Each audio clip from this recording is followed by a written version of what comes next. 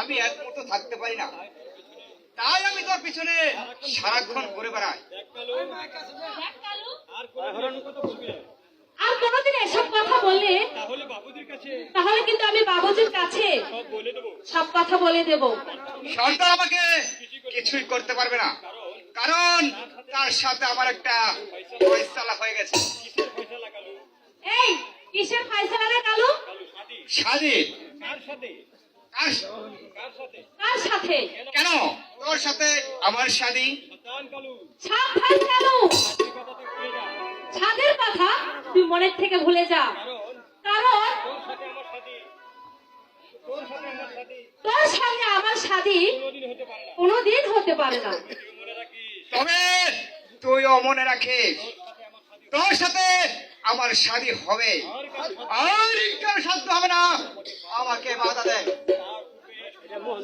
তার পূর্বে এই সোনাভার তোদের ছেড়ে ওই অনেক দূর চলে যাবে, থাকবে শুধু এই সোনাভানের দেহটা। এই কালুকে তুই এখনো চিনিসনি? তুই মনে করেছিস সর্দার বই আমি তোকে ছেড়ে দিব?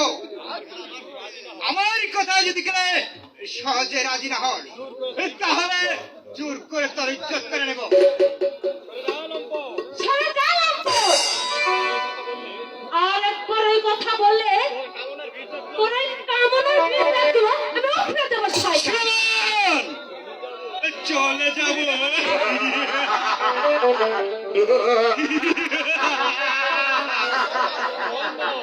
অসম্ভব, আগে নির্জয় দেখে নিব তোর কত দম্পতি।